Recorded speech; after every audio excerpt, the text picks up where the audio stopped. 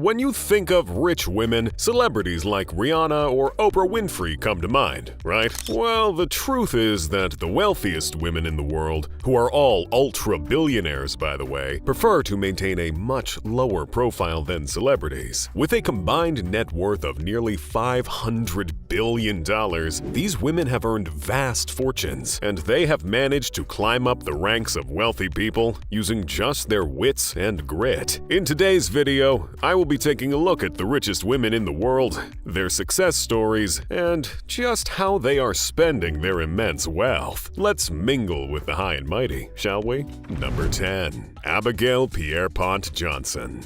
Kicking off our list of the women with the biggest bags is an American businesswoman you could easily walk past on the streets without realizing just how influential she is. Abigail Johnson may not have her pictures splashed across the world's top magazines, but she controls a fortune that easily makes her one of the richest people in the world. The success story of this 61-year-old billionaire can be traced back to an old Massachusetts family. Her grandfather was Edward Crosby Johnson II, the founder of Fidelity Investments. The company is a multinational financial services corporation based in Boston, Massachusetts, and it is one of the largest asset managers in the world, with assets that sum up to about $11.8 trillion under its administration. Before Abigail's grandfather passed away, he had made a massive fortune of about $8 billion, and over the years, Abigail has easily surpassed that. Since she became the acting CEO of the company in 2014 after taking over from her father, Edward Ned Johnson III, she has amassed a staggering wealth that is estimated to be more than $22 billion. The very modest billionaire businesswoman owns an estimated 24.5% stake in Fidelity Investments, while the rest of the Johnson family own a 49% stake in the privately held company. Abigail's father, Edward Johnson III, was the chair emeritus of the family firm, basically an honorary title for a retiree, before his death last year in 2022. He was still the chair emeritus when Abigail was given full control, and after his death, she was named the chairperson of the company, while also retaining her position as CEO and president. Not only does she now have full control over a company with 45,000 employees worldwide, but Abigail is also the chair of its international sister company, Fidelity International, and a member of the board of Breakthrough Energy Ventures, a corporation founded by Bill Gates. The positions Abigail now holds are a far cry from her first job at Fidelity Investments, which was answering phone calls back when she was still in high school. Dating as far back as her high school days, Abigail worked hard to climb her way up the corporate ladder, despite her status as the boss's daughter. The billionaire businesswoman worked at the firm for 26 years, starting out with various obscure positions before gradually taking on more serious roles. With this experience, she developed a thorough knowledge of the company's dynamics. Today, at the top of the corporate ladder as CEO, president, and chairwoman, Abigail has grown the company in her charge and has acquired immense wealth. If the amount of money nestled in Johnson's pockets is anything to go by, she definitely should be living an ultra-luxury life. But truthfully, not much is known about her private life. Abigail herself said that she was raised to keep out of the public eye and let the results of her hard work speak for themselves. So despite being the richest person in America's New England region, the sixth most powerful woman in the world, and one of the wealthiest women around, Abigail Johnson remains down to earth. She takes commercial flights rather than private jets, queues up to hire a car when needed like everybody else, and pretty much stays off the radar of the general public. Johnson may not be living the ultra-luxurious life as far as everybody can see, but that does not mean she doesn't spend big when giving.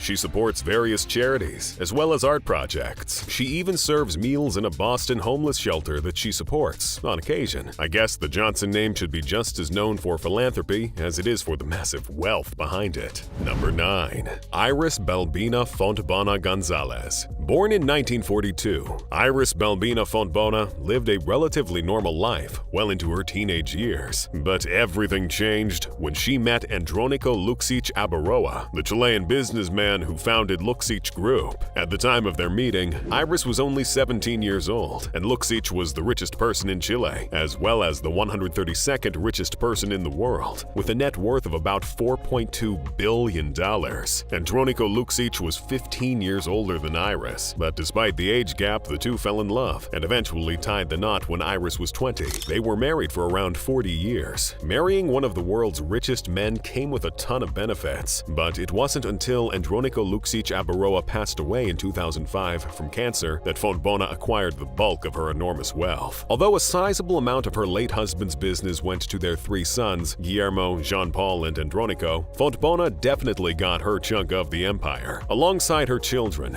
she controls Antofagasta, Luksic Group's mining group, which also doubles as one of the largest mining companies in the world. Through their publicly traded company, Quinienco, Iris and her sons also control a Chilean bank called Banco de Chile, Medeco, a copper products manufacturer, CCU, the country's largest beverage manufacturer, and a shipping company called CSAV. With most of the family business under her control, Fontbona has proven herself to be quite the businesswoman, ushering the Luksic Group to greater heights. Away from the manufacturing industry, some of Iris's other businesses include a pair of luxury hotel chains and a luxury resort in Croatia. She even acquired a 70% stake in the Chilean television station Canal 13 shortly after her husband's death. Although much of her power in the hugely successful Luksic Group appears to be indirect, it is important to note that the major business decisions impacting the company, largely run by her son, Andronico Luksic Craig, need to be approved by Fontbona first. This is why the billionaire business magnate has maintained her net worth of $23.2 billion today, and why she is easily one of the most powerful women in the world. Despite Fontbona's attempts to stay out of the spotlight and the fact that she divides her time between Chile, London, and Liechtenstein, back at home in Chile, she is known for her philanthropic nature as well as her wealth. In 2015, Fontbona dedicated a record-smashing $3.9 million to the annual Chilean Telethon, a charity event that was seeking aid for children with physical disabilities. She also appeared on television to promote a telethon event that took place before a live audience, donating her time as well as her wealth. The year after, she went even bigger by donating $5.5 million.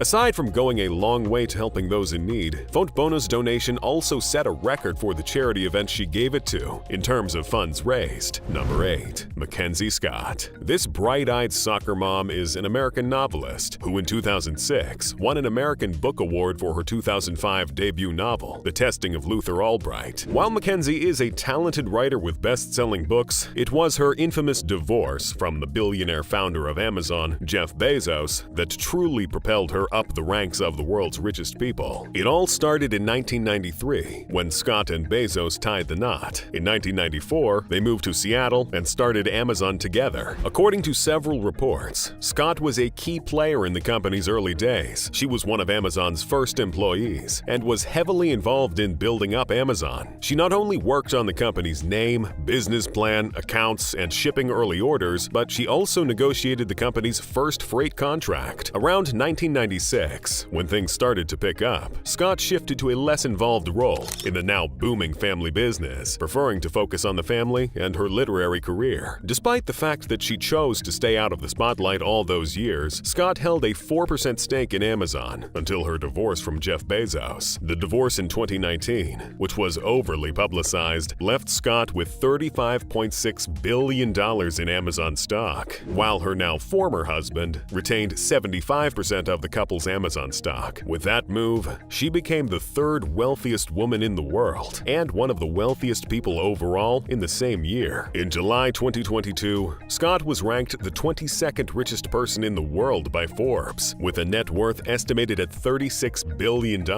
And by September 2020, she was named the world's richest woman. In December of the same year, her net worth was estimated to be $62 billion, the highest a woman had ever made at that time. It was not all rosy, however, because Scott's jaw-dropping net worth came with an overwhelming amount of backlash. After her divorce from Jeff, Scott changed her name from Mackenzie Bezos to Mackenzie Scott, with the new surname derived from her middle name. By May 2019, shortly after she announced the terms of the divorce on social media, Mackenzie signed the Giving Pledge and promised to give away at least half of her wealth throughout her lifetime. lifetime. True to her words, between July 2020 and November 2022, Scott has reportedly given away $14.4 billion to nearly 1,600 nonprofits. She once made a $5.8 billion payout in charitable gifts in 2020, one of the largest annual distributions by a private individual to working charities. She donated a further $2.7 billion in 2021 and has continued to make large donations to good causes worldwide. Mackenzie's fondness for donating to charities has put a big dent in her bank account, which is why her current net worth has fallen to $25.3 billion from the height that it was originally at. Number 7. Suzanne Hanna Ursula Klatten. Next up is Suzanne Hanna Ursula Klatten, a German billionaire heiress. She is the daughter of Herbert Quandt and his third wife Johanna. Being born into one of Germany's most influential families gave Suzanne a head start in life that many can only dream of. Back in the day, the Quandt family saved the world-famous car maker BMW from bankruptcy and made a ton of profit doing so, profit that trickled down several generations later. Suzanne was born in Bad Homburg, West Germany, and when she came of age, she gained a degree in business finance. After graduation, Suzanne worked for an advertising agency in Frankfurt for some years before opting to further her education at the University of Buckingham. She received an MBA in advertising from IMD Business School in Lausanne. With her sparkling portfolio, Suzanne, who had already come to be known as a budding businesswoman, gained further business experience working in London with the Dresdner Bank. She also worked with the Munich branch of management consultants called McKinsey & Company and the bank Bankhaus Reuschel & Company. While it is worth noting that Suzanne made a name for herself through her own hard work and determination, her rise to the top came after her father's death. After the passing of Herbert Quandt, Suzanne inherited his 50.1% stake in the pharmaceutical and chemicals manufacturing company Altana. By doing so, she gained billionaire status. Her late father also left her a 12.5% stake in the car company BMW, which, following the death of her mother in 2015, increased to 19.2%. Along with her brother, Stefan Quandt, who owns nearly 24% of the car company, Suzanne was appointed to the supervisory board of BMW in 1997. Using her position on Altana's supervisory board and her experience as an economist, Klatten helped transform Altana into a world-class corporation. This transformation earned the company a spot on the German DAX list of 30 top companies. Today, the billionaire heiress is the sole owner of Altana, and the company is said to rake in more than $2.5 billion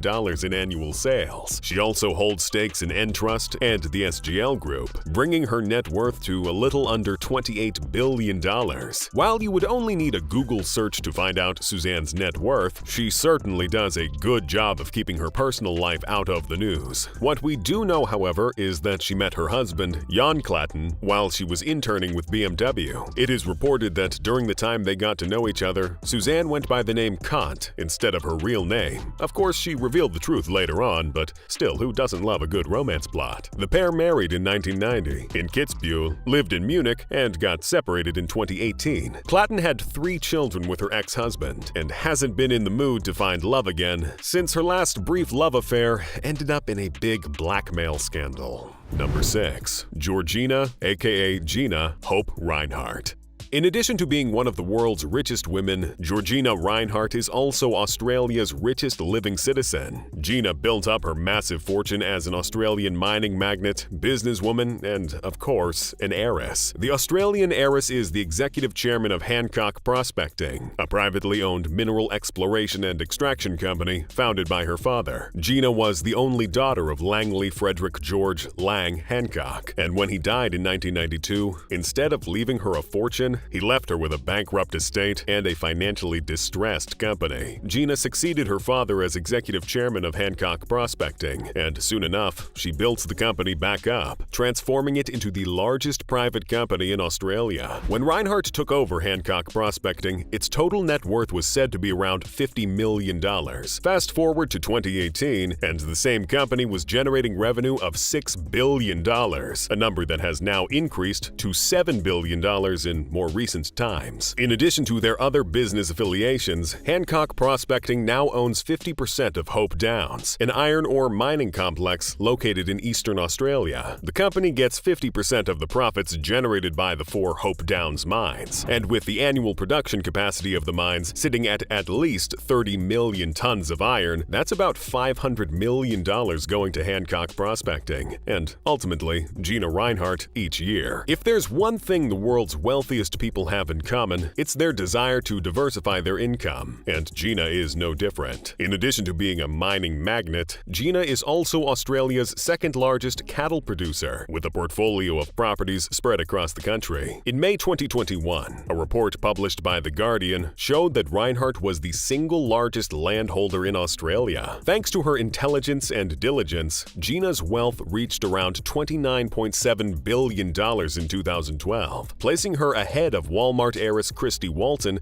as the world's richest woman. Gina's new net worth also earned her a spot on the Forbes list of the world's 100 most powerful women. Thanks to her deep pockets, Rinehart has been named one of the world's richest women multiple times over the last decade. In addition to worldwide recognition, Rinehart's vast fortune has provided her with the opportunity to support numerous causes that pique her interest. One of such causes is sports. The mining heiress plays a significant role in Australia's Olympic efforts, and she is also the largest non-government donor in the country's Olympic history. Unlike some other billionaires on this list, Rinehart is as passionate about luxury as she is about charity. In 2021, she reportedly paid about 34 million Australian dollars for a seaside home called the Webb House. Seeing how she has a net worth of $28.5 billion, Gina probably didn't mind spending millions on acquiring her dream home. Number 5. Miriam Adelson. Adelson is an Israeli-American physician who once served a mandatory army service as a medical officer at Nes Ziona, a town in Israel. She earned a Bachelor of Science in Microbiology and Genetics from the Hebrew University of Jerusalem and a medical degree from Tel Aviv University's Sackler Medical School. After divorcing her first husband, Adelson went to Rockefeller University in 1986 as an associate physician specializing in drug addiction. It was while studying at Rockefeller University that she met Sheldon Adelson, a billionaire businessman who owned a lot of businesses, including the Las Vegas Sands Corporation. The Las Vegas Sands, which operates from Nevada, is an American casino and resort company that contributed largely to Sheldon's enormous net worth of around $30 billion. Adelson got married to Sheldon in 1991, and after he died in 2021, she inherited the casino company and became one of the richest people in the world. Through her majority ownership of the Las Vegas Sands, Adelson now owns more than half of the gambling empire, which in turn controls several casinos in Singapore and Macau. The billionaire heiress is also the current publisher of the newspaper called Israel Hayom, and is on the board of trustees at the University of Southern California, where she acts as a voting member. Since taking up her late husband's position as head of the gambling empire, Adelson has been a regular feature of Forbes magazine and various other wealth-ranking lists. As of June 2021, she was the 44th richest person, 5th richest woman, and richest Israeli in the world, with an estimated net worth of $36.3 billion,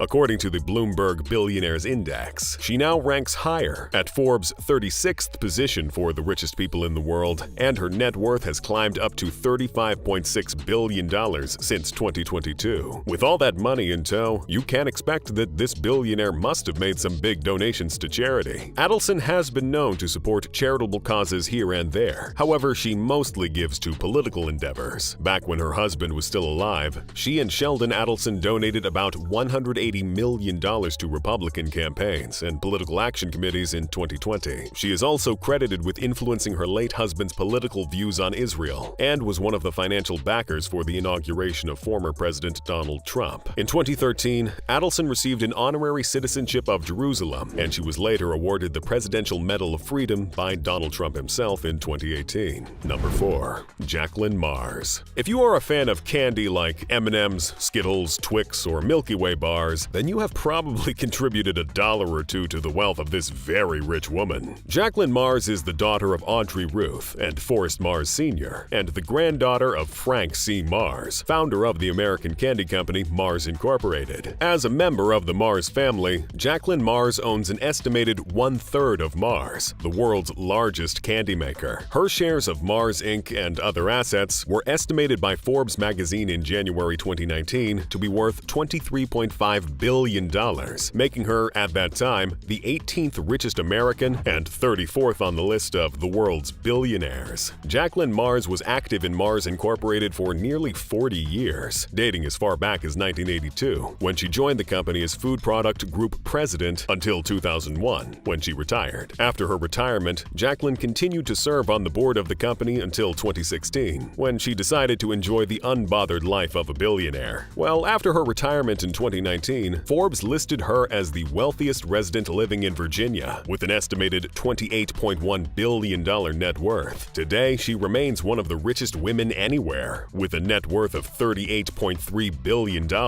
With ample time on her hands to focus on her interests, the Mars heiress serves on the board of the National Archives and was even formerly on the board of the Washington National Opera and the National Sporting Library and Fine Arts Museum. She is a trustee of the U.S. Equestrian Team and owns a working organic farm that is protected in perpetuity by the Land Trust of Virginia. Number 3. Alice Louise Walton. As the only daughter of Walmart's founder, Sam Walton, Alice Walton was the first in line to inherit a fortune that would make her one of the richest people in the world. That didn't stop her from going beyond every expectation to make more of herself. After graduating from Trinity University, Alice started working at Walmart, but she left it to start a career as a broker. She wasn't very good at that, so she resigned and became an equity analyst and a money manager. She headed investment activities for the family-owned Arabist Bank Group. And in 1988, Alice founded an investment bank named Llama Company as a subsidiary of Walton Enterprises. Inspired by an actual llama her mother received as a present, the bank ran for 10 years before closing in 1998. The Llama Company wrote bonds and managed assets as well as loans to other businesses. As the bank's president, chairwoman, and CEO, Alice soon became the first person to chair the Northwest Arkansas Council and played a major role in the development of the Northwest Arkansas Regional Airport, which opened in 1998. It was in that same year that the Llama Company closed down, and she resigned from the high finance life to spend more time enjoying her family and her horses. Alice ended up relocating to the farm she had established in Texas within the year, with 3,200 acres, a rocking W ranch that soon became one of the best breeders of horses. The Walmart heiress retired with a net worth of about $57.4 billion,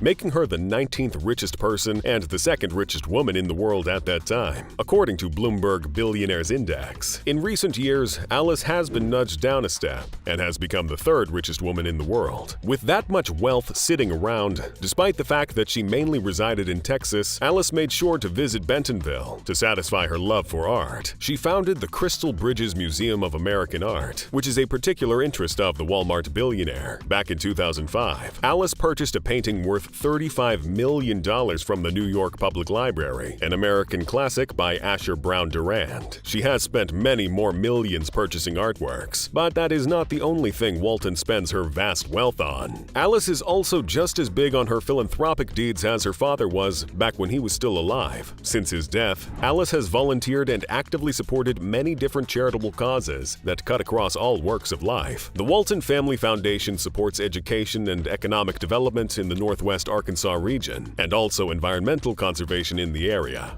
Number 2. Julia Margaret Flesher Koch. What started out as a blind date in 1991 blossomed into so much more when the two parties involved ran into each other again 6 months later. They began dating and eventually got married in 1996. If you haven't figured it out yet, the two parties are Julia Margaret Flesher and David Koch. The pair met in January 1991, but the first date did not leave Margaret with a good impression. The two would meet again at a party later that year, and she most likely had a change of heart because they started dating. Julia stopped working in 1993 and eventually got married to David in May 1996. The wedding took place at David Koch's house on Meadow Lane in Southampton. After having 3 kids together, David Koch would sadly pass away in 2019, leaving Julia Koch and their 3 children, David Jr., Mary Julia, and John Mark, with 42% of the family business. The family business was Koch Industries, an American privately held multinational conglomerate based in Wichita, Kansas, that is the second largest privately held company in the United States. decades. The company, which now mostly belongs to Mrs. Koch, owns subsidiaries that are involved in the manufacturing, refining, and distribution of petroleum, chemicals, energy, fiber, intermediates and polymers, minerals, fertilizer, pulp and paper, chemical technology equipment, cloud computing, finance, raw materials trading, and investments. Due to her position, Julia owns Flint Hills Resources, Georgia Pacific, Guardian Industries, Infor, Invista, KBX, Koch AG and Energy Solutions, Koch Engineered Solutions, Koch Investments Group, Koch Minerals and Trading, and Molex. The firm employs 122,000 people in 60 countries, with about half of its business being located in the United States and the rest worldwide. The billionaire widow is also the president of the David H. Koch Foundation and was formerly on the board of directors of the School of American Ballet. Along with her late husband, Julia made huge donations to institutions such as the Lincoln Center, the Metropolitan Museum of Art, and the Smithsonian Museum of Natural History. With a net worth of $59 billion,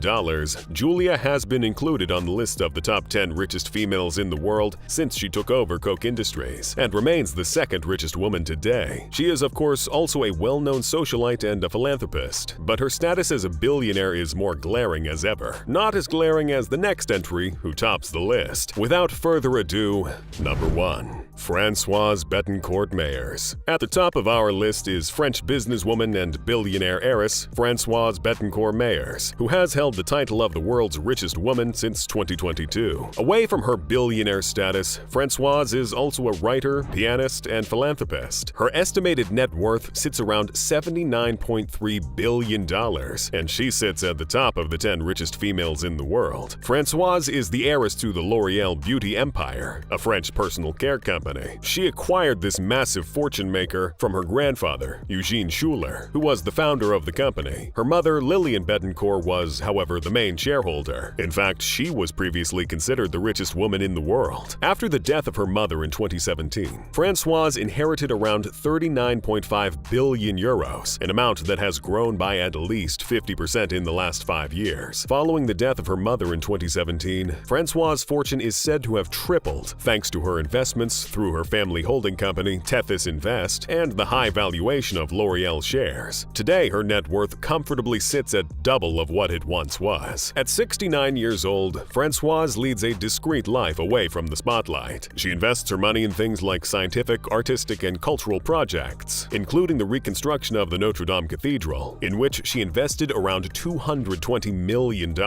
As the richest woman in the world, Françoise takes being discreet seriously. However, the people who have encountered her say her life in Paris is relatively simple. She enjoys the public French parks and does not use private jets for her trips. Her passions are literature and art, and those who are very close to her say that she feels like she is in a golden prison, not knowing what to do with the enormous fortune she controls. Although Françoise has probably never given an interview and has always preferred to stay in the background, her philanthropic activities, which are carried out through the Bettencourt-Schuler Foundation, of which she is president, are quite known to many. Every year, the Bettencourt Awards for Young Researchers are handed out to about 14 new students of science or medicine to aid their postgraduate studies. There is also the sought-after Bettencourt Prize, Coup d'élan pour la recherche française, which grants public biomedical research laboratories rewards for improving their infrastructure and working conditions for the science researchers each year. Françoise has also supported research projects in neuroscience and autism, and has invested in craft companies. Although the public has only had glimpses at the life that Françoise lives, it does seem like a rather nice way for the richest woman in the world to spend her money.